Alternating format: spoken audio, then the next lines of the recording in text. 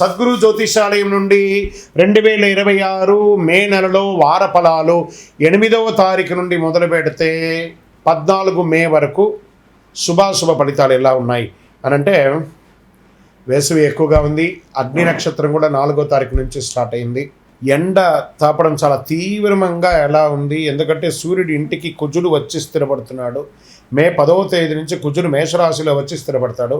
అలా స్థిరపడిన తర్వాత ఎండ చాలా తీవ్రంగా అవుతుంది. కత్తరి ఎండ ప్రారంభం అవుతుంది. కేతు భగవానుడు సింహరాశిలో ఉన్న కాలం అంటారు. ఈ గ్రహ సంయోగం 12 స్థానంలో ఉంది. ఈ సమయంలో చంద్రుడు అనురాధ నక్షత్రంలో తన ప్రయాణాన్ని ప్రారంభించి ధనిష్ట నక్షత్రంలో ముగిస్తాడు. ఈ నెలంతా కూడా చంద్రుడు భాగ్యస్థానానికి వెళ్తున్నాడు. జ్యోతిషాస్త్రీత్యా ద్వాదశ రాశుల్లో 11వ రాశి అయినటువంటి కుంభరాశి మిత్రులారా, ఈ వారం మే 8 నుండి మే 14 వరకు 2026 శుభాశుభ ఫలితాలు ఎలా ఉన్నాయంటే, ప్రెషర్స్, ట్రాన్స్ఫర్మేషన్, బ్రేక్ థ్రూస్, ఈ 3 కలిసి మీ జీవితంలో మార్పులు తీసుకొస్తున్నాయి. శని మీ అధిపతి మీపై కర్మ పరీక్షలు పెడుతున్నాడు. ఏళ్ళనాటి శని యొక్క అవసాన దశలో కూడా ఉంది. గురు ఉపశమనం ఇవ్వడంతో ప్రారంభిస్తున్నారు.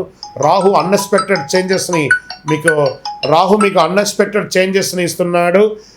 అన్ని అవకాశాలు వస్తున్నాయి. ఈ యొక్క దీంట్లో మీకు భగవంతుడి దయతో మీకు వ్యాపార ఉద్యోగంలో మంచి అవకాశాలు, ఉద్యోగంలో మంచి నూతన ఉద్యోగాలు ప్రయత్నాలు బాగుంటాయి. ప్రెషర్స్ తగ్గుతుంది. సడన్ చేంజెస్ లేదా ట్రాన్స్ఫర్స్ వచ్చే అవకాశాలు ఉద్యోగస్తులు ఉన్నాయి. బిజినెస్లో అన్ఎక్స్పెక్టెడ్ ఆపర్చునిటీస్, ఇది చాలా మంచి అవకాశాన్ని కల్పిస్తుందని కూడా చెప్పచ్చు. ఆర్థికంగా ఇర్రెగ్యులర్గా ఉంటుంది ఇన్కమ్, కానీ సడన్ గెయిన్స్ వచ్చే అవకాశాలు ఉన్నాయి. ఎక్స్పాన్స్ కంట్రోల్ చేయాలి, బాగా ఎక్స్పెండిచర్స్ని తగ్గించాలి. కుటుంబ విషయాలకు వచ్చేటప్పటికి ఫ్యామిలీలో టెన్షన్ రావచ్చు. మీరు కామ్గా ఉంటే పరిస్థితి కంట్రోల్ అవుతుంది. పేషెన్స్ అనేది చాలా అవసరం.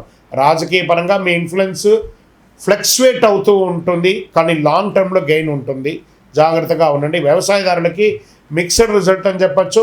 కొత్త పద్ధతులు ప్రయత్నించండి. ఈ కోర్టు కేసులు వచ్చేటప్పటికి డిలే అవకాశం ఉంది, కానీ సడన్ టర్న్ అయ్యే అవకాశాలు ఉన్నాయి. మీకు రిజల్ట్ మంచిగా ఉంటుంది ఈ వారం. ఇక షేర్ మార్కెట్లో హై రిస్క్ ఉంటుంది, వద్దు. అన్ప్రిడిక్టబుల్ ఎంటర్ మాత్రం చేయకండి, అదొకటి జాగ్రత్త.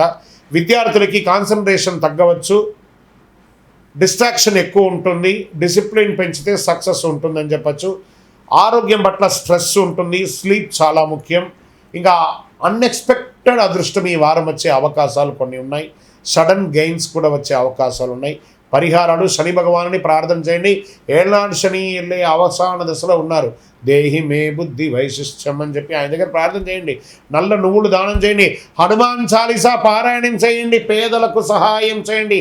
ఆవులకి ఆకుకూరలు ఇవ్వండి. ఇవి చేస్తే స్ట్రెస్ తగ్గి స్టేబుల్గా ఉంటారు. ఈ వారం టెస్ట్ ఫేస్ అనుకోండి. ఇప్పటికీ ఒత్తిడి, రేపటికి బ్రేక్ త్రూ అని అనుకోండి. మీ యొక్క వ్యక్తిగత జాతకం తెలుసుకోవాలనుకుంటే మీ పరిసర ప్రాంతాల్లో ఉన్నటువంటి గురువుని సంప్రదించండి. లేదా గురుగారు మీ ద్వారానే మేము జాతకం తెలుసుకోవాలనుకుంటున్నామనంటే మీ పేరు, date of birth, time of birth, place of birth మా యొక్క డిస్ప్లేలో కనబడుతున్నటువంటి నెంబర్కి వాట్సాప్ చేయండి, కాల్ చేయండి. మీ అపాయింట్మెంట్ ఫిక్స్ చేసుకోండి. విజయోస్తు. జ్యోతిష్ శాస్త్రం అనేది పడుతున్న వర్షానికి ఒక గొడుగు మాత్రమే, కానీ జ్యోతిష్యం జీవితం కాదు. మీరు మిమ్మల్ని నమ్మండి, మీ యొక్క ఇష్టదైవాన్ని, కులదైవాన్ని నమ్మండి. విజయోస్తు. చంద్రమౌళి వెంకటేష్ శర్మ.